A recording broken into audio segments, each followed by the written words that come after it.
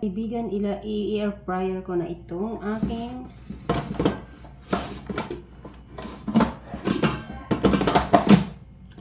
manok.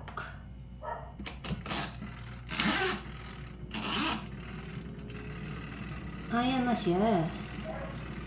Anuhin na lang natin. Antayin na matapos. Yan ay luto na. Ayan na, luto na mga idol. Kakainin na natin to. Ilipat natin sa plato. Aron kakain tayo. Tayo ang ating air fry na manok, buong manok.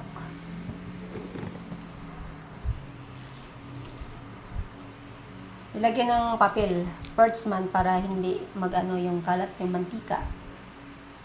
Kain tayo mga kaludes.